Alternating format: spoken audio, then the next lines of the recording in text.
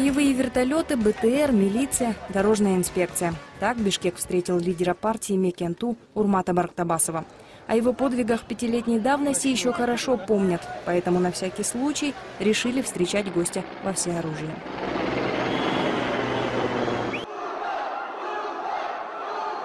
После смены власти в 2005 году он также собрал людей. Неожиданно для себя взяли Белый дом, но ненадолго.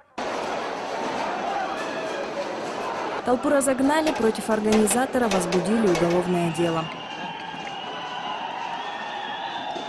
На этот раз после ряда переговоров становится ясно, он требует закрыть то давнее уголовное дело, в придачу ни много ни мало пост премьер-министра. Терпение силовиков лопнуло через 4 часа. Вторая попытка тоже не удалась. Снова арестован и снова обвинен в попытке захвата власти. Его теперь называют соратником Бакиева. На фоне этой шумихи решили напомнить о себе другие борцы за власть. Если кто-то попытается захватить власть и провозгласить себя президентом или ханом Кыргызстана, то ничего не выйдет. Мы таких пинком выгоним из Белого дома.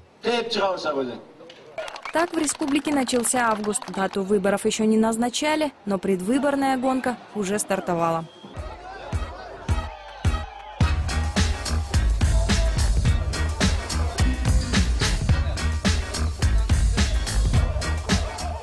Это сторонники уже другой партии. И снова огромное количество силовиков. Только на этот раз и те, и другие почти слились воедино. Сразу после апрельских событий лидеры нескольких партий стали членами Временного правительства. Для участия в парламентских выборах объявили о своей отставке. Но время от времени делают заявления от имени власти. При этом уверяют, административный ресурс ими не будет использован. Сегодня мы боремся не только за победу на выборах. Мы боремся за нового человека, за новую страну, и за новое общество, и за новую систему. Остальные партии, как старожилы, так и новички, не устают провозглашать себя единственными оппонентами власти. Самое незавидное положение у тех, чьи лидеры занимали руководящие посты при старом режиме. На них уже поставили клеймо «пробакиевские». Нам тяжело сейчас. Нашей партии тяжело, так как наша партия сейчас является одним из основных оппонентов власти, существующих так называемых временных властей.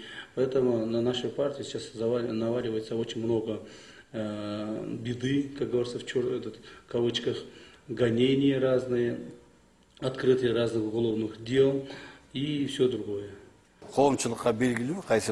Обществу известно, какая партия чью песню поет. В какие партии ушли вчерашние акджоловцы и позавчерашние депутаты Алга Кыргызстана. Вот она, оппозиция.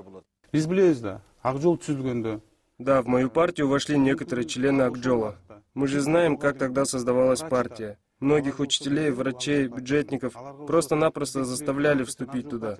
А теперь что прикажете? Мы этих людей из-за того, что они входили в Бакиевскую партию, должны вычеркнуть из жизни?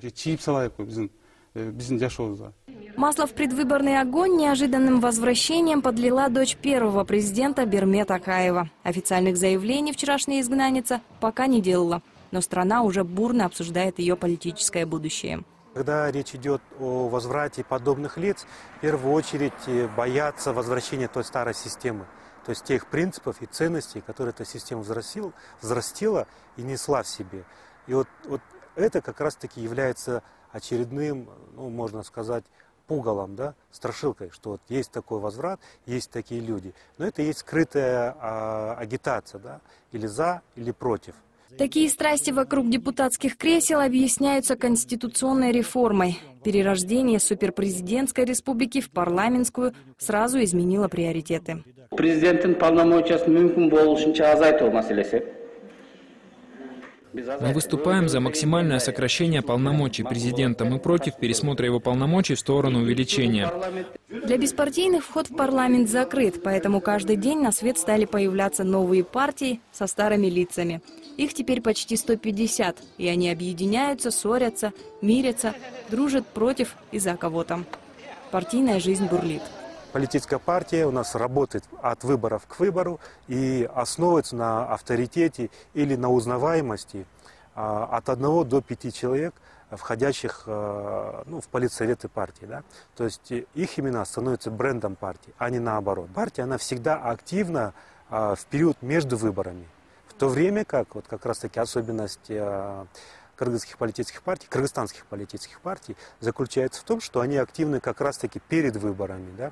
А после выборов о них практически ничего не слышно, что они работают или что-то делают. Да? То есть в этом есть парадоксы.